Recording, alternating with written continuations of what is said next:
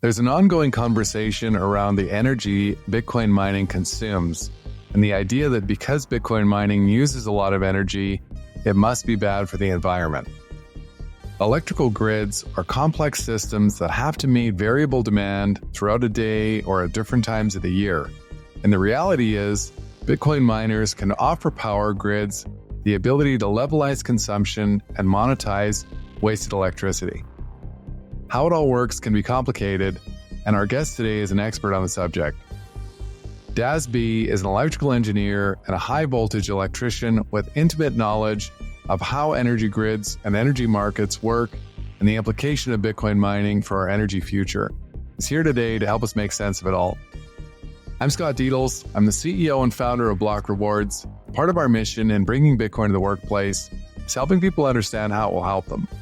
So if you're interested to learn something about how Bitcoin mining can actually make grids more green and efficient, then stick around. We're about to get into it.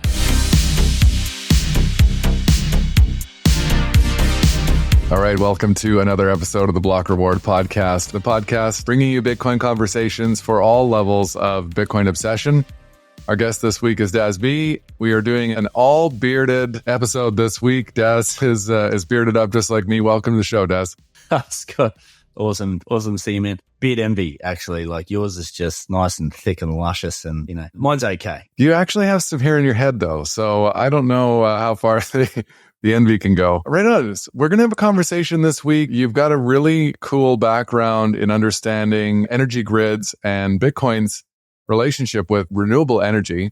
So we're going to do a little bit of a dive on all things mining and energy. And before we do that, maybe could you tell us a little bit about your journey with Bitcoin? Love to. Yeah. So as a career, I'm a career electrician, high voltage electrician. I work on the grid. So a lot of experience in transmission networks and substations, which we can dive right into what all that means. And in Australia, as you can probably tell from my accent, I'm from Australia. And in Australia, typically tradespeople are kind of well compensated. So in a lucky position over the years to have some disposable income to start looking at investing. And that's how I come around to Bitcoin. So I come from an investing lens. I did formal studies in engineering, and I got to a bit of a fork in the road where instead of going to university to finish a full 4-year Bachelor of Engineering honours, I did a Bachelor of Engineering Science and sort of had this fork in the road where I'm like, what if I pointed those energies toward understanding investing? So that's what I did for a couple of years and read as many books as I could, try to understand, try to get ahead, try to get off the hamster wheel, right, of, fiat work life. So that's where I came at from Bitcoin from an investing lens, trying to understand how to value equities. And through that understanding, invariably fell down the rabbit hole around how money works and trying to understand the underlyings of how money works, how interest rates are controlled, how money's printed out of thin air, and landed on Bitcoin. And then there's no looking back. It's such a funny thing how, I think the idea of decoupling Bitcoin, the investment, and Bitcoin, the technology or the asset is something that is a big hurdle for people to often get past. What was it that you recall that actually sort of clarified it for you? It was really March of 2020 when, having gone through this process of trying to understand monetary policy, and then finding out that they can pretty much print it out of thin air. So in response to COVID, they printed money out of thin air. It's exactly what they did. And that's really where it dawned on me that the path we were on is unsustainable. And from there was really the catalyst for me going on a further journey to understand how money interweaves itself all through society. And obviously partnering with mutual good friend Seb, founding The Looking Glass, was where we were of the understanding that we've had to do a lot of work to understand the underlying here around money. And how money is basically the communication medium between how humans communicate value, right? And knowing the journey that we went on to understand where we got to, we were like, we need to bring this education to everybody, but distill it down into terminology that everyday people are going to understand, try and strip out all the jargon, as well as try and deliver a succinct message. So we'd done hundreds into thousands of hours worth of study at this point in time. So we're like, how do we bring all of that knowledge and distill it down into something that people can understand within a couple of hours? And that's really how Looking Glass got founded, was relay that message to everyday people, everyday wage earners around, hey, this is the underlying issues that are happening. And one of the major things that we spend all our time and energy on, which is trying to accumulate money to purchase things for ourselves, when however way that we like to communicate that value is really in and around money, yet we spend so much time and energy focusing on trying to acquire that money And when you tear the lid off the underlying,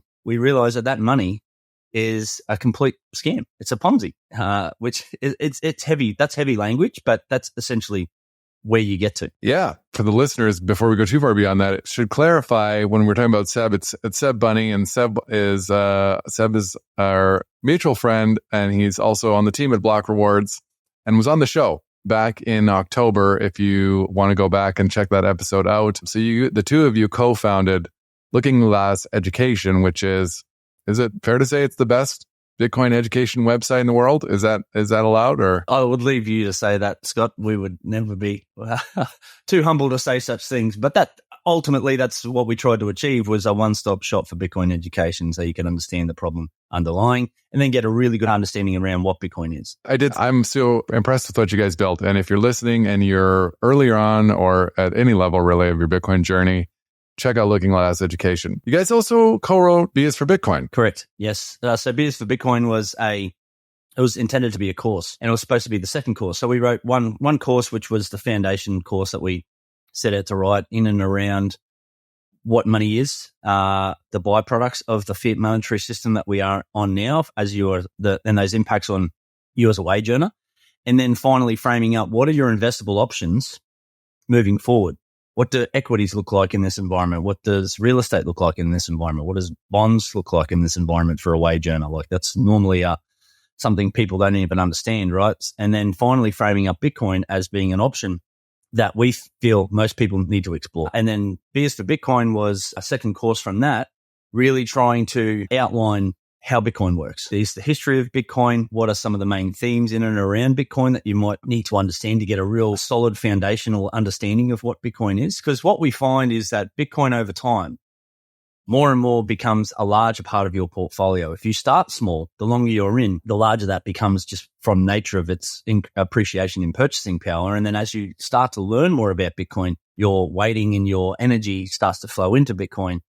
And really what you need to do as your exposure to Bitcoin increases, you really need to understand the fundamentals around Bitcoin, because we all know that it's kind of a volatile asset. It swings around in price. There's a lot of negative news press that gets thrown at Bitcoin. So it's really important that people get a fundamental understanding of the base around how Bitcoin works in order to ignore all the FUD and ignore the volatility, because at the end of the day, if it's tick-tocking next blocking, there's nothing wrong with it. And your investment thesis remains true as long as it's doing what it purports to do, which is just tick-tock next block. It's an interesting thing about Bitcoin that never ceases to amaze me.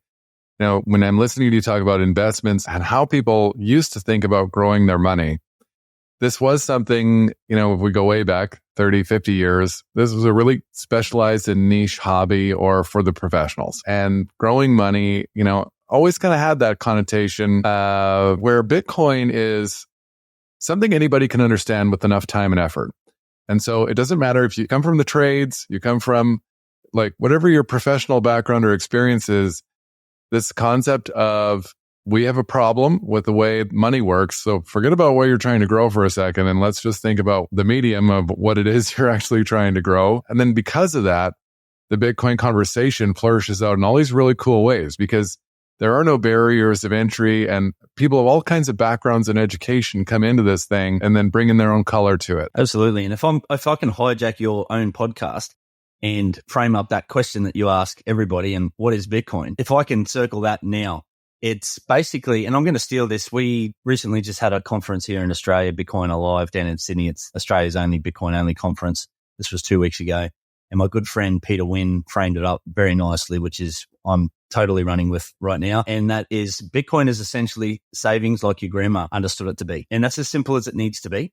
And this is where I think as wage earners, where I get really passionate about the fact that I'm an electrician. I've gone through this process over the last 6 years really trying to understand investing. And I know how to do discount cash flow analysis on an equity. I'm an electrician. I shouldn't know how to do discount cash flow analysis on an equity. And this is really where I think Bitcoin can be framed up. It's a complicated thing if you want to understand the nuts and bolts, tear the lid off, really dig down into the weeds, which is what I've taken the time to go and do. But at its fundamental level, it is simply savings. It is savings like your grandma understands it to be. It is you work hard, you spend less than you earn, and any excess you put away for a long rainy day. So that's at its core as easy as it needs to be. And what we've ended up doing as a society is turning towards other things, and we've attracted a monetary premium. We've tried to use other things to store value because we know that the underlying fiat currency that we earn, that we swap our time, energy, and blood to obtain, is not worth any. It's losing its purchasing power the longer we hold on to it. And it's being subconscious. Like, not a lot of people are conscious of that fact, but people are starting to wake up, which is really, really good. But even at a subconscious level, us as humans have known that that has been eroding in value. So at some root level inside, we've then turned towards other things to start storing our monetary premium because our money is failing to do so. And that's really where we see real estate become probably the preferred medium of storing value over the last, and I'm sure I know for a fact it's the same in Canada and Australia, and a lot of developed countries around the world are experiencing the same thing, where real estate is really starting to get into multiples of wage because people understand real estate. The thesis is kind of easy to understand. People need somewhere to live, and I can get access to relatively cheap capital over the last couple of years, right? Notwithstanding the recent interest rate rises. And that's been as simple as it needs to be for people to understand, oh, maybe I can get ahead by saving in real estate. But the problem with real estate is that you get into such an over-levered position, right? And like in Australia in particular, I don't want to get off topic too much, but we've really celebrated this term negative gearing, where it's actually celebrated to lose money from a week-to-week basis, where your obligations to service that debt exceed your income. So, I'm paying off a mortgage on an investment property above and beyond what the rental income is because I can harness that tax loss to carry forward. And that's a celebrated thing in Australia. And like the Robert Kiyosaki's of the world, who, like him or loathe him, he's got a good point when he looks at the Australian real estate market. And it's like, that's absolutely batshit crazy. People who accumulate wealth try to increase their cash flows, not erode their cash flows. So we've turned real estate into this thing where parking excess returns, our excess energy, our excess fiat, into something in the hope that the capital appreciation increases over the long term. And that's really where I think Bitcoin's going to flip all that on its head, because at its fundamental core, Bitcoin's easier to understand than any other investable asset that exists today. It's as simple as buying it, holding it for a long term, taking it into self-custody, which we can talk about, and storing it for a long period of time and coming back and watching how much your purchasing power of that asset has appreciated over time. Yeah. I love to pick on real estate, and it's funny because people think that Bitcoin is a religion, but if you start to dig into real estate with real estate investors, they just go absolutely bananas. Like, nobody gets triggered faster than real estate bulls. And it is the most monetized thing. Like, real estate is, the purpose of it is to live in it. And this is why Bitcoin presents a nice alternative, because you're not meant to live in your Bitcoin, and you don't need to update the kitchen every 10 years. There's no rent seeking with Bitcoin. I'm really interested in this idea of your grandma's savings. This is a quick side story. I was reading a report earlier this week that was written in 2015 by somebody who wrote for the Bank of Canada. And it was a study on, this is in 2015, what hyper-Bitcoinization would look like in Canada. And so it was a 40-page report, and in it, he detailed out best guesses that we could have right now are what economic information exists from the gold standard eras. There's actually quite a bit of data left over from the last real time we were on a full gold standard, which was 1880 to 1913, the period that just prior to World War I. And without getting too far into it, essentially over that 33-year period, there was zero inflation. So for 30 years, the prices of things didn't change at all.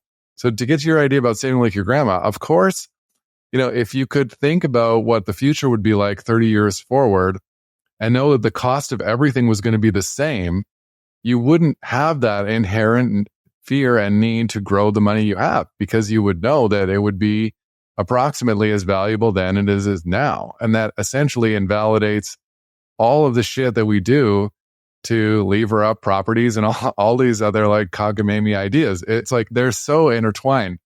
The other funny point I wanted to make about real estate, which I think is funny listening to Australian talk about it, is everybody thinks that their local real estate market is there's some property about it that makes it immune to crashes, or why but it's like, we think that this is parts of Canada, whatever, and people in Sydney think that too, right? Like this is just another story we tell ourselves about real estate. There's an inherent amount of risk in real estate that people aren't aware of. And in Australia in particular, mortgage stress levels at the moment are over 70%. That means over 70% of people who have a mortgage are in financial trouble.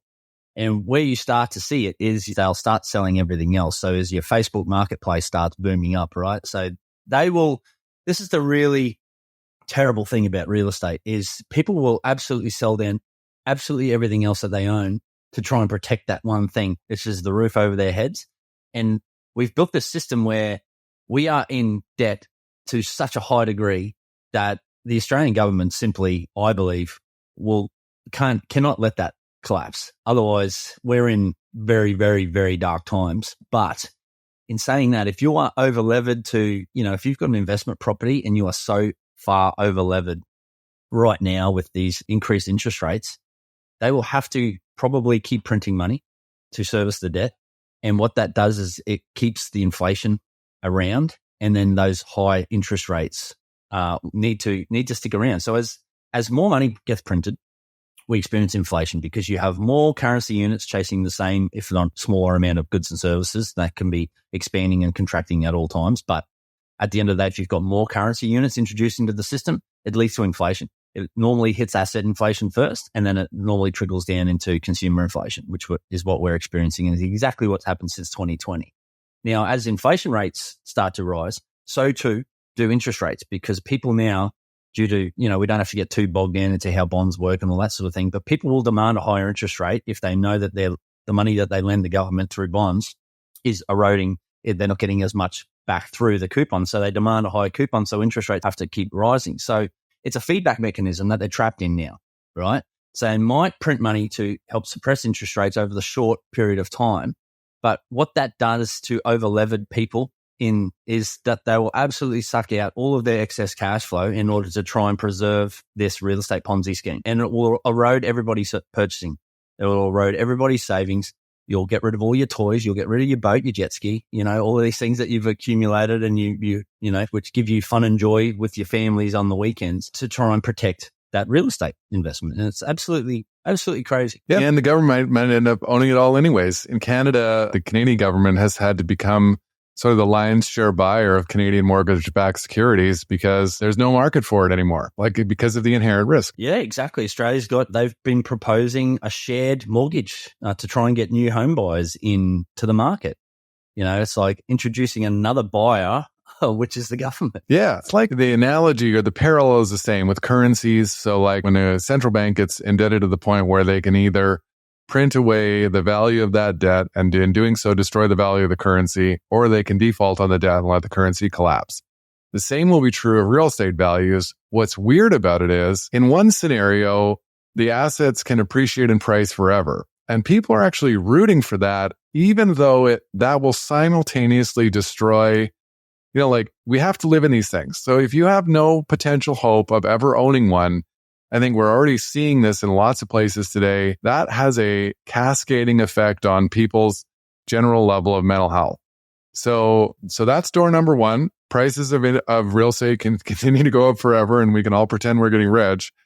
Or the thing can unravel. Then the unwind will be probably just as gross and painful. And so we're trapped. Like this real estate is a feedback loop of its own where the prices do have to go higher or the insolvent system is going to go kaboom. So anybody, there's lots of charts floating around now. Anybody saving in Bitcoin's pretty much the only thing that real estate gets cheaper in over time. You can denominate it in any other asset or any other commodity or any other store of value. And Bitcoin is basically one of the only assets that real estate is actually becoming cheaper over time. And a lot of millennials in particular are starting to wake up to that fact, right? And using Bitcoin as their savings vehicle in order to try and obtain. They're not interested in real estate investing. They just want somewhere to live. Yeah. I mean, I sold my house to have Bitcoin and rent. I'm happy to have other people take on the risk of owning real estate, which I personally agree with you. I think is way riskier than people think.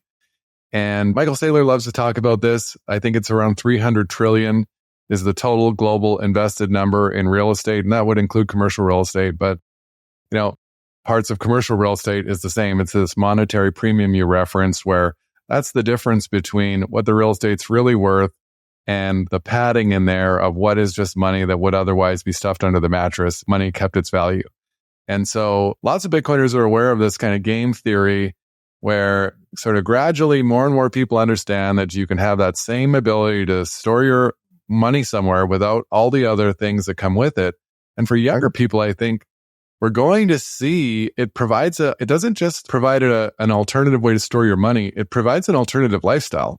And I've met people in Madeira who, without having to have the anchor of having a physical property somewhere, they can have those property-like properties financially, and they can be mobile. They can live all over the world. You can take your property in your pocket. And as people start to weigh that risk reward, some of the air out of that 300 trillion is going to get sucked out. And then because of the illiquid nature of how long it takes to sell real estate and all of the red tape involved in different kinds of taxes, it's easy to see other people making that decision as more and more people make that decision. It's really enabling that digital nomad life. Like you say, you can store property in your head. Like, we've never had that before. And if you can store property in your head that's appreciating in purchasing power the longer you hold it, it's really enabling that I can work from anywhere. I can actually be, in Madeira one week. And like I said, I was starting to really get FOMO the longer we were in Madeira, meeting all these people who are just living the type of lifestyle. I go, geez, I'd love that for my family, And it's a really empowering thought to, like you say, you don't have to be tethered to any jurisdiction where people felt, there's a real sense of being trapped by having a residential property, because that is what most people know. And we've been drummed into us since we were kids. It's like the roof over your head is the number one asset that you need to accumulate. You have to. You absolutely have to. And like Bitcoin is really starting to shift that paradigm, going, well, why? Why do I have to be tethered to this location? What does this have to suck in all of my time and energy? Like, mortgage repayments are one of the heaviest outgoing expenses for a young family, and that obviously varies in the jurisdiction that you're in, but it is tying you for 30 years to somewhere where potentially you don't even want to be. Yeah. I think there's 2 points about that. To come back to that 300 trillion, Bitcoin's kind of call it 1 trillion today. So here we have real estate up here, and down here is Bitcoin. And, imagine that even just 20 trillion of that 300 trillion is excess air. So if that were to flow into Bitcoin, all of a sudden now we have a Bitcoin price that is appreciated dramatically. And to your point, if it's outpacing the rate that even real estate is appreciating at, you're getting real estate in the future at some future date cheaper than you would have bought it now, based on just holding a superior asset. So there are just a lot of compelling arguments but they're weird. I think the idea of first that Bitcoin is property is a weird idea for people because you can't touch it, intangible property, and that it might actually be the most like Michael Saylor says, it's the apex form of property. It's not just property. It is the most valuable form of property in the digital age. Amen to that. Couldn't agree more. So I do want to talk about the grid, mining, and renewable energy. And you're the right person to have that conversation with. I want to actually read, you had a great 3-part tweet a couple days ago. And so I'm just going to read it. And we can maybe start with you walking us through in plain English what it means. So you said, the truth is, a future towards 100% renewables penetration can never be achieved in an economically responsible way without flexible demand-side loads.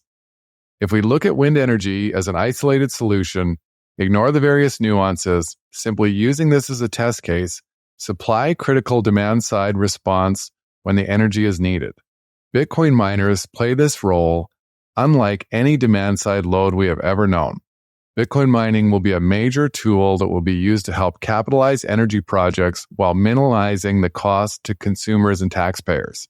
It is only a matter of time before we see this coming to the fore with energy projects the world over.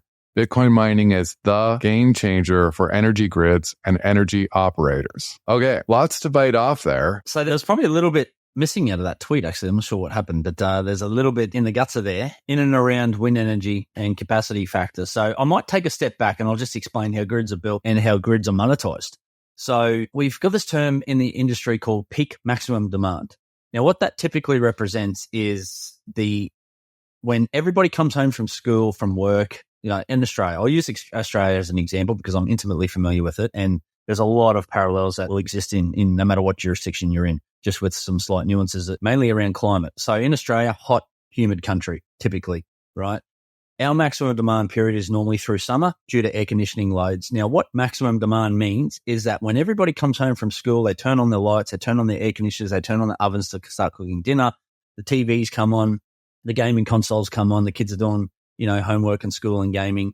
That represents the maximum point in your day as a household for your max of demand for power when all your appliances come on at once. Now, we multiply that out across every single household in your city, in your country, in your state, and that represents our maximum demand. We've got to have, as a grid utility operator, we've got to have our generational capacity available at all times to meet that maximum demand, okay? Now, typically what happens in a country like Australia, for example, is our whole network is interconnected with transmission networks and generation sources. So we've got generators situated everywhere down the east coast, right from the tip of Australia all the way down to Tasmania, punching all the way into South Australia. And that is all connected by a transmission network. So basically poles and wires that connects that whole network together. And those energy flows will go where they're needed to cater for the maximum demand. Now, those generational centers need to have enough capacity to deal with the worst case scenario on the worst of days and through the worst of the peak season. So typically, if for Australia, that's summer with our, heat waves and our air conditioning loads will represent our maximum demand.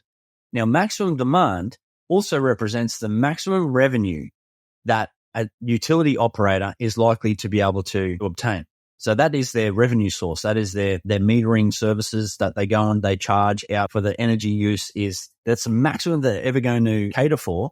And it might only be 5% of the year that we experience in that maximum demand. And the rest of the year is quite a lot below that maximum demand, so that it stands to reason that we've had to capitalize and build these projects to cater for the maximum demand, where there's a whole headway of utility that's not being used between the maximum peak demand and the normal demand period. Does that make sense, or is there anything you want me to clarify there? Oh, I'm following him. Yeah. So, it's kind of a complicated system, but what it represents is missed opportunity, missed revenue. And we've had to pay for the generational capacity. So we've had to buy a generator, say, we'll use nice round terms, like 100 kilowatt generator to power a whole, shopping center, for example. If we're only ever using 30% of that, we've gone and we've paid for 100 kilowatts, but we're not using the full 100 kilowatts. Now, there is a region in there of maximum profitability where you can stress those generators, okay, to maximize your profitability. And that's really where Bitcoin mining can fit in. But when we look at, that's a standard utility grid as we understand it today. And that's a power mix of coal-fired, gas-fired, solar, wind, nuclear, depending on where you live. Now, when we go towards renewables, so most jurisdictions throughout the world are hell-bent on getting rid of fossil fuels. And that's an argument we could spend days debating whether that's even practical or possible. But that's, in reality, that's where they're going. Now, renewables in and of themselves represent some real challenges for grids because of this term that we refer to as capacity factor. So with wind energy, and this is part of what I think was missing in that tweet that you just read out, with wind energy, we've got a capacity factor of about 30%. 30% capacity factor at best. So what that represents is the average amount of energy we're likely to extract at any one time.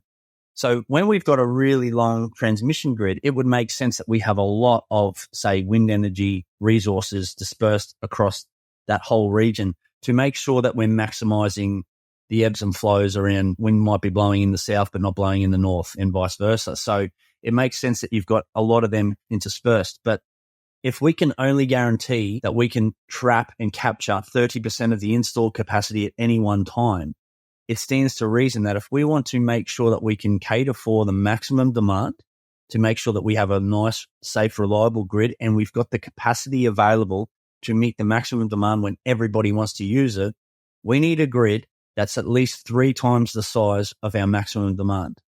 So I'll just repeat that so that's clear. If we've got 30% capacity factor for wind energy, just looking at wind, solar's a whole lot worse. It's only like 19% because it only shines 6 to 8 hours a day. So we can put that aside, and that's why I'm focusing on wind energy, because we can generally rely on wind being available 24/7, depending on where you're located. So if we look at that 30% capacity factor, if we want a nice, safe, reliable grid, we need a grid that's at least then 3 times the size of our maximum demand to be able to make sure that that wind generational capacity is available when we need it. Now, this comes back to the earlier example that I was talking about, is maximum demand also represents your maximum revenue that you're ever going to be able to achieve. So if we're building a grid out that's 3 times the size of our maximum demand, which is only occurring 20% at best through the year, what happens? Who's paying for all the excess capacity that we've got to build in that grid to make sure that that energy is available when we need it? And this is really, again, where Bitcoin mining is the best solution to be able to soak this up. So when we look at, say, capacity grid and we look at normal load centers, so this is a really good analogy that Daniel Batten come up with. So if you look at your maximum profitable capacity as an empty jar, glass jar, and our normal load centers like our cities represent rocks. So we start filling up that jar with rocks. That's our normal demand that exists on that network. And then we grab a cup of sand, and that represents our Bitcoin mining. So we can pour the sand in, and the sand can go down into all the crevices and soak up the excess capacity to introduce a new revenue source where we've never had one before. Now, what makes Bitcoin mining unique, apart from any other demand load that we've had in the past, is our ability to control it and turn it off.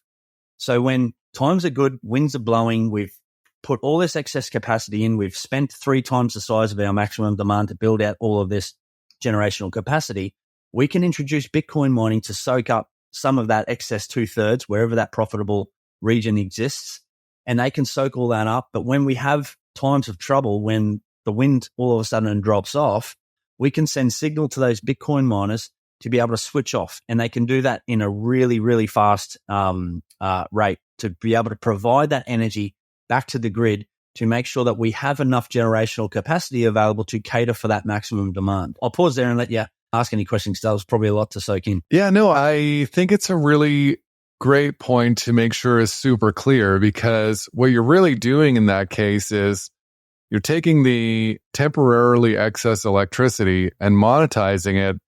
And it's like, if you could set aside again this idea that Bitcoin's physically intangible, imagine that you were spinning excess electricity into gold, and then you would still have the gold. Demand comes back up. You stop spinning it into gold. You can do that later again when the electricity demand comes down. Like this is the idea, right? That gold is valuable anywhere in the world. You could send it somewhere else and sell it, even use it to buy electricity. But it's that's a really good way of framing it, and just to put it like in sort of terms that people kind of understand. But there's 2 things that happen if we don't do it. So either we don't create enough generational capacity to cater for maximum demand, the worst of the worst, right? Which means unreliable grids. That means rolling blackouts. And you end up with, scenarios like South Africa, where we know in South Africa, you do not get electricity between the hours of 5 and 8 because there's just too much demand and they just shut it down. We have the ability in Australia in particular, as an example, we've got protection systems in place to cater for those scenarios where we've got too much load, and we call it load shedding. So we will drop off major load centers, major feeders in cities, and all that sort of thing will come off as needed to try and protect the heartbeat of the grid. So the heartbeat is normally set by rotating machines. The heartbeat is what we call frequency. So in Australia, it's 50 hertz. In the US, it's 60 hertz. That's the heartbeat of the system. And we've got a very fine band between too slow and too fast between that frequency. So it's typically around 48 to 52 hertz is the bandwidth that we are able to operate in safely. And when you've got either too much load, the heartbeat slows down and will start tripping things off. And that's really where the danger exists if you don't have enough capacity for the maximum demand. If you don't have enough capacity in the grid and we've got all that maximum demand comes on, that heartbeat starts to slow down and we will start tripping people off. We'll trip off major load centers.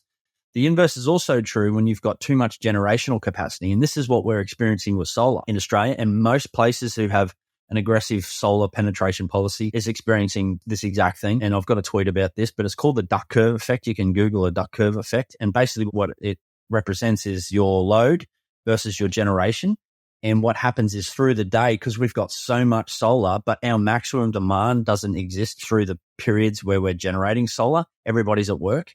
Everybody's in these, commercial buildings and they're not using the maximum demand. So it doesn't represent a lot of load. But when you've got a lot of solar that you can't control necessarily, it starts to put stress on the heartbeat of that system. Okay. So it starts to make that system start going to fibrillation, defibrillation like a heartbeat, right? Fibrillation. And it also starts to speed up. So you've got too much generation and your heartbeat starts to speed up. And it's causing instability issues on the grid in the inverse because you don't have enough load taking up that excess generational capacity due to the solar penetration. So again, it's another example of where Bitcoin mining can play a part to be able to introduce excess load where it's needed into a grid that doesn't exist already. And this is where this flexible notion around being able to introduce load, turn it off, turn it on when it's needed. We're actually looking to pay for, we're looking for customers and consumers to come in where normally you pay for energy. This problem exists to such a degree that they're actually looking to pay people to come on to take load when it's needed because it's putting that much stress on the network. Wow. And there's this, they've done such a good job somehow branding the consumption of electricity, like tying that to, I don't even know the right way to say it. There's a confluence of different ideas around pollution, climate change, and energy consumption. And so because of that, I think the big misconception is, or the oversimplification is, Bitcoin mining uses electricity, Bitcoin mining bad. And this is where I think for a lot of people where it stops. Yeah, it's a bit of it's a long-standing theme that energy use is bad, but we know that energy use is directly proportional to human flourishing. So access to energy is a game changer. So you go to these mud in Africa and you see where there's real world examples of this happening now. There's a company called Gridless who are operating in various jurisdictions within Africa, building out, working with energy utilities, energy operators, energy generators to be able to help monetize and build out grids for these villages. And you see instantaneously the increase in life and output for those villages having access to energy. Everything from education so the kids can study under a light instead of, under kerosene lamps. You're seeing health outcomes increase so they're not cooking in coal-fired stoves in their huts, all of the respiratory issues that presents so they can get electric stoves now. There's a step change in human advancement due to access and energy. So access to energy is an inherently good thing. It's just the energy mix that comes under fire. But the really lazy argument is that you look at anything that consumes a lot of energy and you say instantaneously that's bad because it's potentially using a lot of energy mix that exists today. But the really important thing with Bitcoin mining in particular is that it's unprofitable. You cannot plug in to a coal-fired generator and generate Bitcoin and mine Bitcoin. It's not profitable to do so because the input energy cost is in excess of what is actually profitable at a per kilowatt rate to mine Bitcoin. So Bitcoin miners are incentivized by their nature and by the way that the Bitcoin mining actually works and all of the incentive structure behind that to go and seek out cheaper sources of energy. So coal-fired energy is not profitable. You have to go and find where it's excess, wasted, or otherwise not utilized. And most of the time, that has a heavy mix with renewables. I believe that Bitcoin is much more than a technology capable of changing the way we think about money. It's a mind virus that has the ability to rewire how we conceptualize interacting with each other and how we organize our societies. Our world today is a reflection of the intrinsic characteristics of the money that we are forced to use. Fiat money runs on greed, theft, and violence. Bitcoin has the potential to allow us to substitute those out and replace them with consensual interaction, community, and hope. Not everyone who's trying to understand Bitcoin wants to become an expert in central banking and currency debasement, and I don't think they need to. Understanding the spiritual side of Bitcoin for a lot of people might just be the missing piece to help it make sense. This is why I decided to write my new book, The Tao of Bitcoin, which is available on Amazon now in Kindle and print. So if you're interested to learn something about how Bitcoin has the potential to change the fundamental underlying foundation of human interaction, I'd love for you to check it out. We'll include a link to buy the book in the show notes. Existing.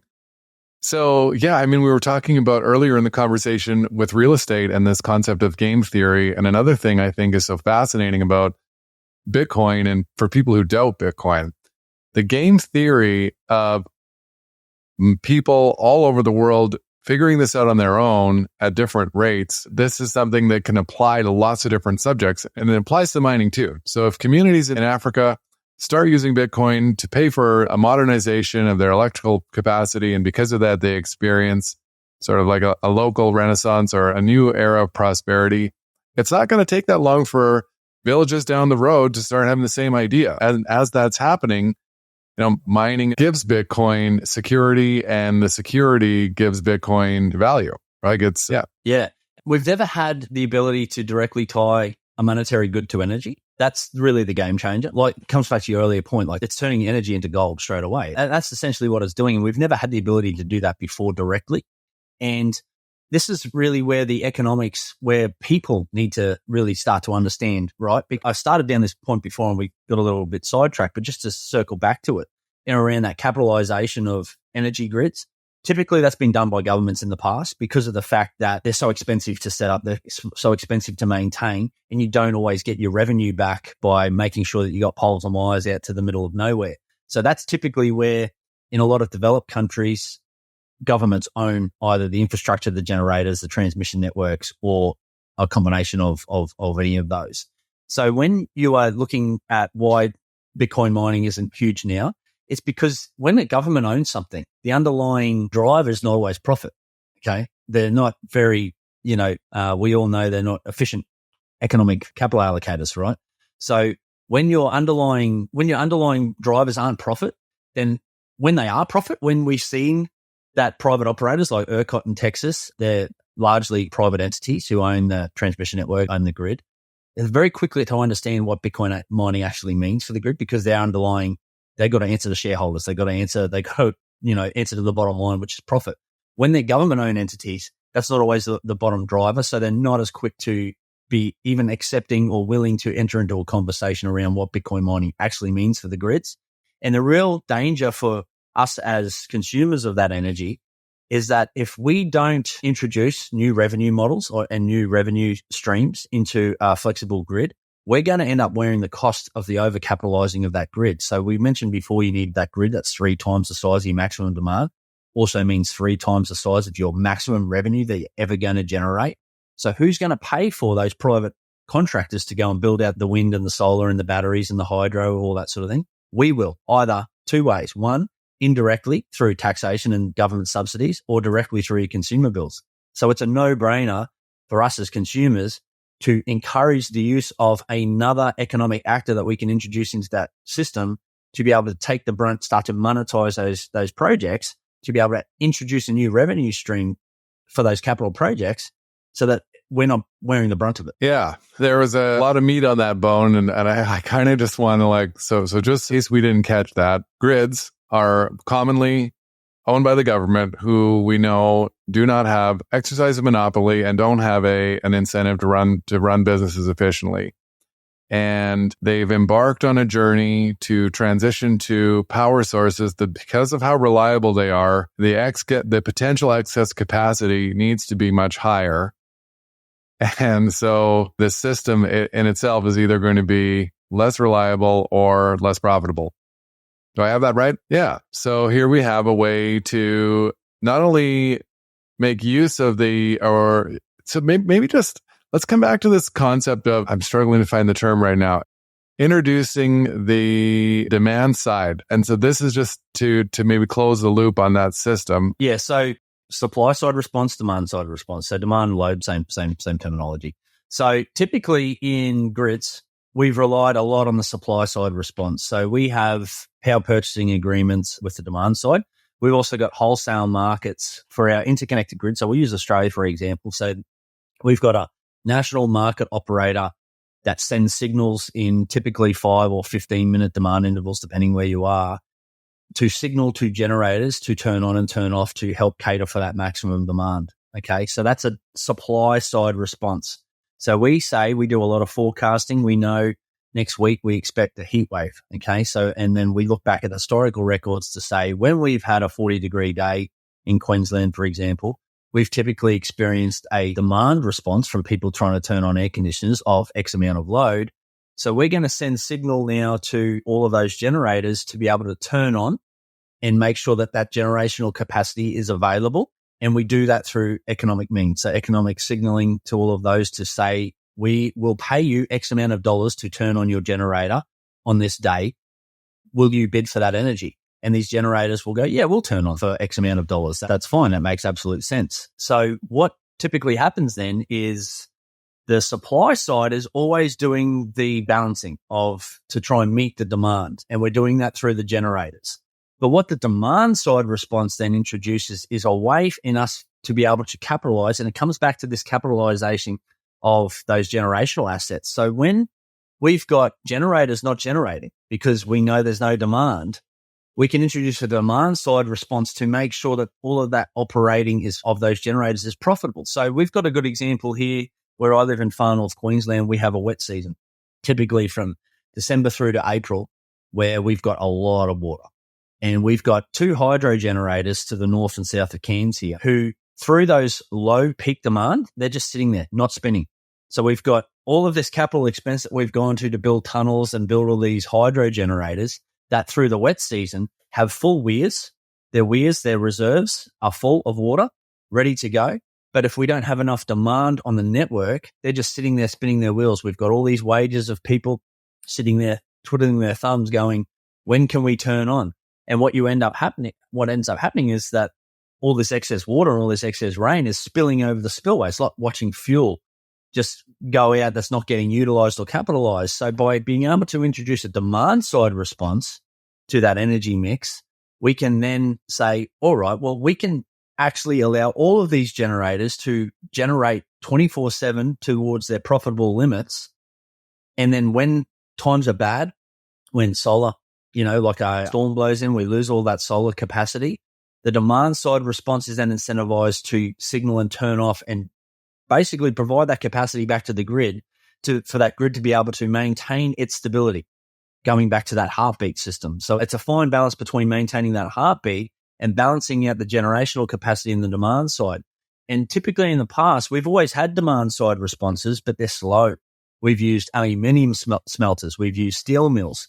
They can't turn off on a dime. They've got all this molten steel here. They can't go, we'll just switch off right now and take all that demand away. Otherwise, all our steel's going to harden in our mills. So they're the types of loads that we've used in the past, really heavy, demand-centric loads that we've used to be able to try and maintain that balance. But we've never had something that's with the ability to turn off. And this is where that argument with Bitcoin mining being the perfect energy demand side solution, we can't turn off data centers, right? So it's kind of often framed up that we can use data centers and AI, servers and all this sort of thing to be able to do that. The problem with that is typically people are relying on those services. I want to be able to stream Netflix when I want to be able to stream Netflix. You can't turn off my Amazon web server because my business relies on it, right? So data centers aren't as responsive to be able to respond to that demand side load. Whereas Bitcoin mining, we can actually turn off a whole heap of hash rate today. We experienced that in 2021, right? A really drastic example of that was the China mining ban. We experienced something like a 50% decline in hash rate overnight as they basically banned overnight Bitcoin mining in China. But guess what? It slowed down a little bit. The blocks weren't as quick to come through. That, on average, every 10 minutes, a new Bitcoin block is mined. They slowed down until the 2016 block, where we backwards look to say, how much hash rate did we lose in the last 2016 blocks? Do we need to adjust our difficulty to be able to maintain that 10-minute heartbeat for the Bitcoin network? And it just adjusts as needed. So with Bitcoin mining, we can turn off on a dime. We can turn off whole big load centers on a dime, and it doesn't affect the network because typically it's only going to be short-term anyway until the stability comes back on the network and we're able to maintain and find that equilibrium between where we can profitably mine and where we can't. And it makes zero effect to the network. Whereas if we did that to a data center, it's going to have real-world effects like on the frequency and the duration on how much we turn those load centers off. So Bitcoin mining is the perfect solution for an energy network because we can turn it off on a dime and come back on a dime, and it makes zero effect to the network overall. It's going to be really interesting to watch that dynamic play out of the misconception around the greenness of Bitcoin mining as our Western governments sort of pursue this strategy of moving more and more of our energy production to green sources. And do you have any thoughts around like where this goes? It's a complete asinine argument around Bitcoin mining. Like they frame it up as it using so much emissions, but by the same token, you can plug in an EV, electric vehicle, and it's got this green framing. Whereas we're plugging into the same power outlet for an ergon Bitcoin miner, and we frame that up as bad. It's using the same energy mix as the EV, and if not even more, because we're co-locating directly with renewable sources. So like Iceland, for example, whole heap of hydro. There's containers of Bitcoin miners parked, co-located with the hydro. Hydro is a renewable product, right? But, it gets framed as energy bad. So I think it's just an education thing. Ultimately, in and around the energy mix, more data, the more that we can Daniel Batten's doing a great job here. There's plenty of people doing awesome work in and around that energy mix. Good examples of ERCOT, gridless in Africa. It's starting to change the frame. So this is really the opportunity, I think, over this next cycle is, I think, somewhat ETFs legitimize it as an asset. ETF launches in the United States somewhat give some regulatory clarity and some thinking in and around it being a legitimate asset now because BlackRock sells it. It must be okay. But that's a good framing in a way that we'll be able to have that conversation now. Because as soon as you go to these regulators, and I've experienced this directly with trying to frame this up and get a seat at the table in some of the discussions within the Australian market.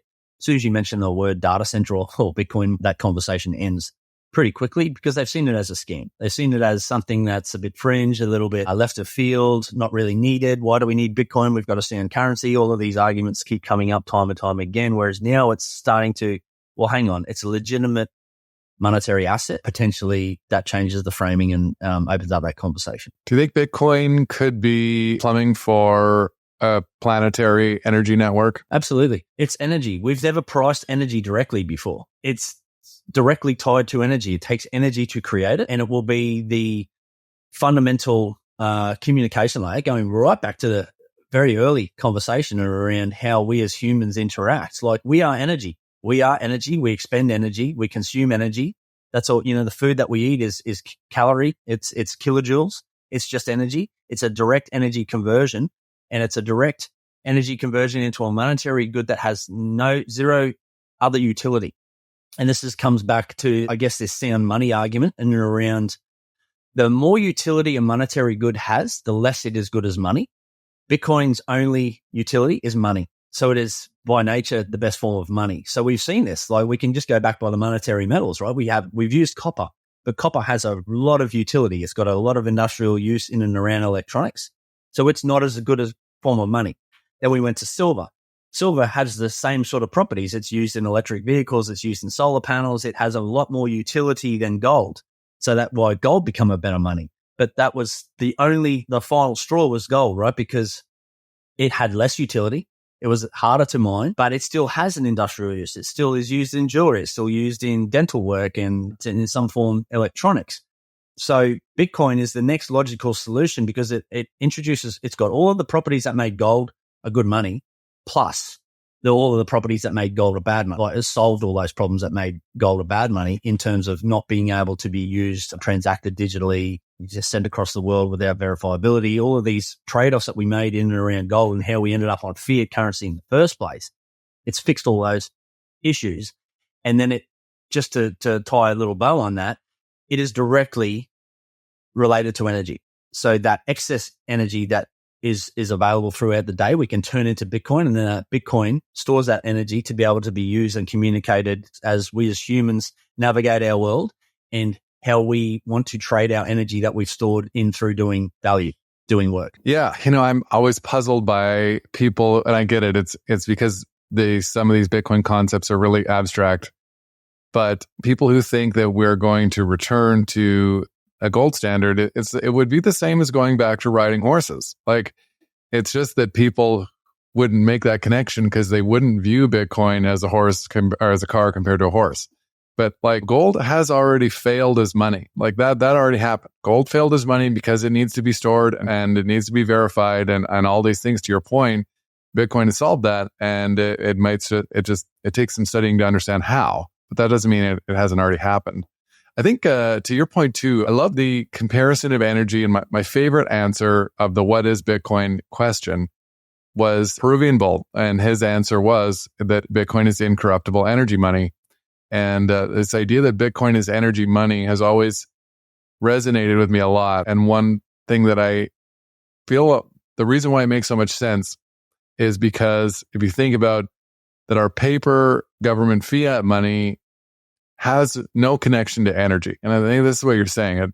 It by virtue of the fact that it requires no effort to produce, gold requires a physical expending of energy to dig it out of the ground. So there is a tie to energy there based on the provable amount of energy required to get that gold out of the ground.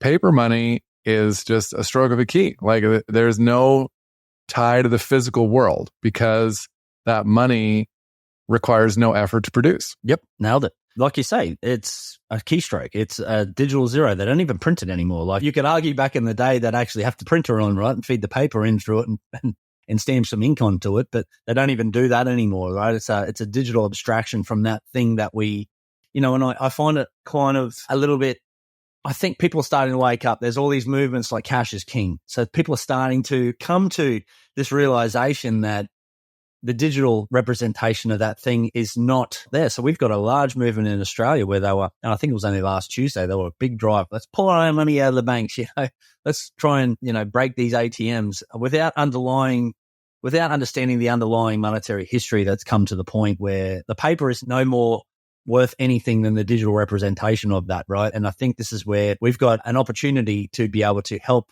in that monetary history. It's a big shift from cash is king to Bitcoin because they see it as a digital abstraction again, as something that's not worth anything.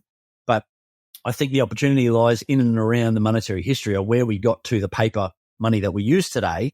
And like to your point, there's not much energy being put into the creation of that paper money either. Yeah, it's the devolution of money making sense. I think like the origins of paper money were in paper representations of gold. And then it became, gold. The gold standard was sort of like, I'll say, phased out, and just over a long enough period, maybe the people didn't understand what's happening. Today, our paper money has no ties to gold. And now we're actually getting rid of the paper. So it's not even paper anymore. It's just also going to be a number. So it's like, of course, and I always think like money is a sense making apparatus. We use money to help us understand the world. It helps us understand what things should cost in relation to other things. We understand how much we need to work for something we want to buy or have in the future. And so when we're all forced to use this measuring system that has no actual tie to reality and actually becomes less and less tied to reality over time, no wonder the output is a social reality, a society that makes less and less sense. Like things are getting weirder and weirder, I think in part because the money is becoming more and more crazy. Well, it's a distorted view, right? So, we're energy beings. That's what we are. We expend energy, we consume energy. And when the communication medium between how we communicate value between each other is extracted, and we're losing the connection back to what it actually is, which is just an energy medium between the way that we interact and the way that we communicate value to each other. So when that's co-opted, when that's distorted, we find all these societal problems that start to arise in and around us as humans because we are energy beings. But we're now we're forced into a communication medium that's so far removed from what we are as fundamental beings that it's inert. Yeah. Exactly. Yeah, it's funny. We're recording this before it's come out, but you're literally taking pages like right out of my book, The Tao of Bitcoin. This is yeah.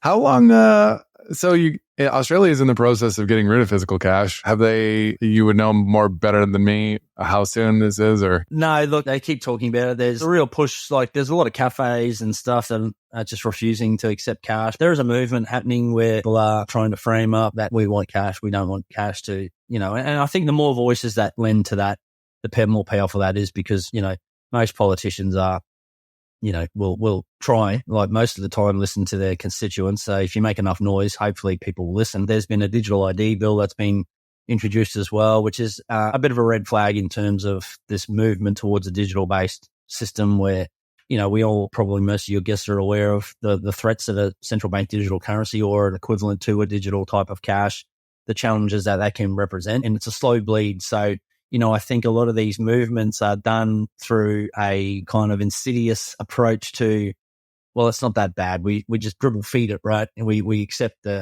what have I got to hide? Why wouldn't I have a digital ID? Why? It just makes it easier to interact with the Department of Transport and, the health authorities and all these sort of things. If I have it digitally, then I don't need to carry around pieces of paper. That sounds reasonable to me. But this is, I think, the insidious bleed into dystopian futures where you give a little bit, you give a little bit, you give a little bit, and they just start taking more and more away. And we're starting to remove ourselves from this notion of privacy. And most reasonable people say, well, I've got nothing to hide, so why should I bother? But, I think by the time we get to a point where you're backwards looking to say, I've given up too much, it's too late. They've already taken so much. So I think it's a real dangerous precipice to be on. in and around this notion of digital cash, a digital ID, all these sort of things. I think people need to take a little bit of stock in and around what that may mean. We may not be living in communist China now, but these are the types of things that communist China have introduced, the sort of controls that they've put on their population over the last couple of years. Should raise some red flags in and around that question of what if. And, I certainly don't like to sit here with a tinfoil hat and pretend or say that all governments and politicians are evil and they're trying to control us. But at the end of the day, there's a slow trend towards totalitarianism that I think is well and truly evidenced by the last couple of years in most of the jurisdictions that we operate in, certainly. And I think we should be doing everything that we can just to be trying to maintain a degree of sovereignty. Well said, man. I am a proud tinfoiler. I don't mind. It's not just a hat, it's a suit, and I have a briefcase. Everything is tinfoil. It's rightly to be concerned about the direction of where this stuff's headed. I think it's one of the weirdest things that's happened in our lifetime that we've been successfully convinced that we should have permission to spend our money. The money that we not only have to work to earn, but that we give half of it away after we've earned it. So, and that gets sort of projected onto Bitcoin as being a negative. That's, criminals are using it to whatever. I mean, it's a medium of exchange. If this is one thing that it can do, but this is a feature that it's as a medium of exchange. It's money that you can, there's also basically no force in the universe that can prevent me from sending Bitcoin to you in a consensual way. And this is something we should all be excited about because nobody's going to be able to change that aspect of Bitcoin. And the money that you have, the more digital it becomes, it is a stated goal. Things like anti-money laundering laws, and in the Eurozone, I think they're making the maximum cash transaction 3,000 euros or 2,500 euros, which might still seem like a lot of money, but as inflation continues to go up, the value of that 3,000 euros goes down, and it's like, right. So at some point, and it might take 50 years, it might take 10, a coffee in Europe is going to be 3,000 euros. And they just have to wait it out. The money is going with 100% certainty to be worth less. It's just an unknown variable as to how fast that is going to happen. Well, Daz, so for people who want to find more of you online, what's the best way for our listeners to consume more of your content? Yeah, more than happy for anybody to reach out if you've got questions in and around energy and grid. That's what I do from day to day, and I'd love to speak to you. So Twitter at Daz Bea, same on LinkedIn. Just started a profile on there as well to try and tap into that more professional audience in and around that subject. LookingGlassEducation.com, you'll find our courses, information. And we're also absolutely happy to help people in the custody space as well. So if you've got concerns in and around how you take your Bitcoin custody, we work with a Bitcoin advisor. Feel free to reach out. I'm more than happy to half an hour going over your custody solution, whatever keeps you up at night, and try and find the best custody solution for you. Right on. Well, thanks so much for coming on the show. Love to have you back again sometime. I'm sure it'll happen. And if you're a listener and you've made it all the way to the end of the episode, I also just want to thank you for tuning in. Your attention is a currency as well, and I sure appreciate you tuning in. Thanks for listening to this episode of The Block Reward. We're trying to do something different here, creating accessible conversations meant for people who aren't obsessed with Bitcoin. If you found this episode informative and engaging, hit that subscribe button to make sure you stay updated with future episodes. Your feedback matters. We'd greatly appreciate it if you could take a moment to share your reviews and help us with our goal of creating Bitcoin content that is simple and easy to understand. Bitcoin has an important role to play in the future of finance. It will change the way we save, spend, and invest. Discover why Bitcoin offers a game-changing opportunity for forward-thinking employers by visiting blockrewards.ca. Block Rewards' mission is helping Canadian employers implement strategies for integrating Bitcoin into compensation and benefits, supercharge your recruitment and retention strategies, and help your team members plan for the rising cost of living by rewarding their work with the hardest money ever invented. Special thanks to our top sponsor, Paramount Employee Benefits Consulting, Canada's only Bitcoin forward benefits and pension advisory. For more information, find them at paramountbenefits.ca. Big shout out to Podigy, our production team that makes all this possible, and BMX Escape for producing our music. Bitcoin is an expansive and dense topic many people walk away from early. To Bitcoin enthusiasts looking for that podcast they can share with friends, family, and colleagues, one they'll actually listen to, we hope that is us. The content of these conversations is meant to be provided for information purposes only. Nothing here is investment advice. Bitcoin is a big topic. Be sure to do your own research before making any personal financial decisions. Thanks for listening.